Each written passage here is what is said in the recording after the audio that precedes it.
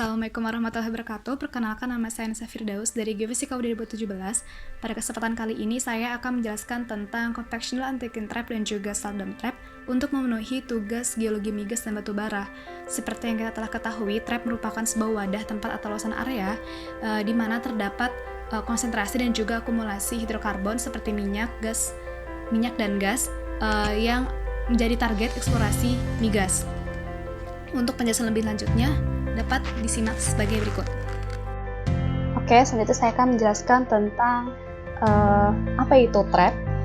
Seperti kalian ketahui bahwa trap merupakan sebuah tempat di mana minyak dan juga gas terhalangi atau terperangkap untuk terus berlanjut melakukan migrasi ke tempat lain.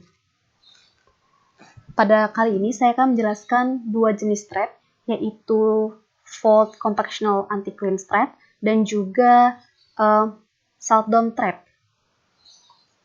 Salt Dome Trap ini merupakan salah satu trap yang terbentuk karena adanya perbedaan densitas yang kontras antara lapisan di bawah permukaan bumi, sedangkan Compactional Anticline Traps merupakan salah satu trap yang terbentuk karena adanya proses tektonik. Yang pertama ialah Salt Dome Trap. Apa itu Salt Dome Trap? Merupakan kubah atau kolom garam yang mengintrusi lapisan sedimen di atasnya. Lapisan garam ini membentuk trap-trap di bawah permukaan karena adanya gaya litostatik lokal, bukan karena adanya tektonik regional. Dalam ilustrasi ini dapat dilihat bahwa Salt Dome Trap bergerak ke atas mengintrusi lapisan-lapisan sedimen berupa sand maupun shell, sehingga dia baik untuk menjadi jebakan adanya minyak maupun gas. Garam ini memiliki kemampuan yang cukup baik untuk bergerak ke atas karena adanya perbedaan massa jenis antara batuan sekitarnya dan juga garam. Kemampuan mengalir ini didukung oleh adanya tekanan. Seperti kita tahu bahwa densitas dari garam ini sekitar 2,3 gram per cm kubik, sedangkan batuan sekitarnya itu seperti clay maupun sand ini memiliki densitas yang lebih rendah, sekitar seperti yang ditunjukkan pada grafik. Karena perbedaan inilah maka si clay ini dan garam dan sand ini tidak dapat ditembus oleh densitas dari garam. Namun, karena fungsi kedalaman, seiring kedalaman, jika clay dan sand ini terdapat pada kedalaman di bawah 800 meter atau 1000 meter, maka si garam ini dapat mengintrusi clay maupun sand. Karena clay dan sand pada fungsi kedalaman ini mengalami kompaksi, mengalami burial, sehingga porositasnya berkurang dan densitasnya bertambah. Ketika titik ini tercapailah, maka garam akan cenderung mengalir melalui lapisan tanah yang lebih padat. Garam ini memiliki ciri khas mampu mengalir dan mengubah bentuk ketika ditempatkan di bawah tekanan yang cukup. Ada beberapa sumber selain karena densitasnya, yaitu juga karena tekanannya. Ada dua sumber tekanan yang menghasilkan membentuk salt dome. Yang pertama, tekanan dari bawah sedimen ini. Yang kedua merupakan tekanan lateral tektonik lokal sehingga membentuk dom-dom seperti ini. Tekanan kompresional yang terus diberikan ini mengakibatkan zona lemah sehingga terdapat fault-fault atau fracture-fracture lokal yang menjadi anticline lokal yang menjadi tempat si garam ini membentuk dom. Lalu garam akan mengalir ke atas dan berlanjut untuk membentuk salt dome, dan aliran ini akan berhenti jika garam itu memiliki kondisi yang seimbang. Pergerakan garam ini atau halokinesis memainkan peran penting dalam jebakan minyak dan juga gas. Dalam kasus paling sederhana, anticline ini dapat menjebak hidrokarbon di puncak-puncak garamnya. Biasanya ketebalan dari garam ini mencapai 600 kaki di bawah permukaan.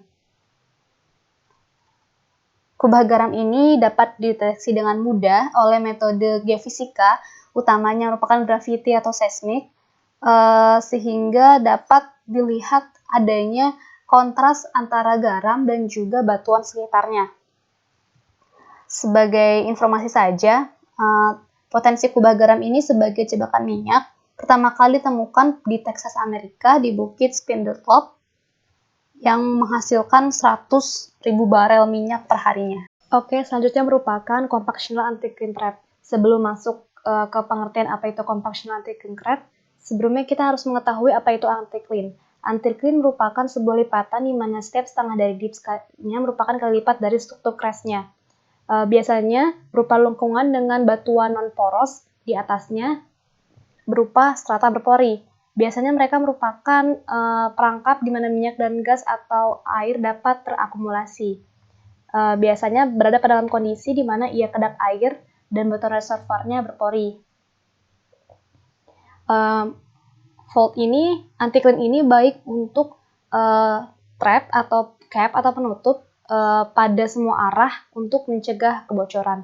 Ada dua tipe yang dijelaskan pada buku Selly ini, yaitu anti-cleanal compactional trap dan juga compressional. Keduanya berbeda karena compressional anti-clean ini disebabkan oleh adanya crustal shortening atau pemendekan dari kerak. Sedangkan compactional anti-clean ini berkembang karena adanya respon dari crustal tension atau tegangan kerak. Bagaimana sih pembentukan si crustal tension ini? Sebenarnya pembentukan dari anti-clean trap ini secara sederhana kita dapat menganalogikannya dengan melipat beberapa tumpukan kartu, menyebabkan setiap kartu pada lapisan batuan ini memiliki slip, memiliki si anti-clean seperti ini, dilipat terus membentuk lipatan. Pada kasus ini, pada kasus compactional ini, perangkapnya ini terbentuk karena proses tektonik yang telah dijelaskan tadi. Tektonik karena adanya crustal tension, sehingga membentuk faulting seperti pada gambar. Karena terus terdapat crustal tension, maka ada pembentukan horst dan juga graben sebagai jebakannya. Disinilah yang menjadi jebakan minyak.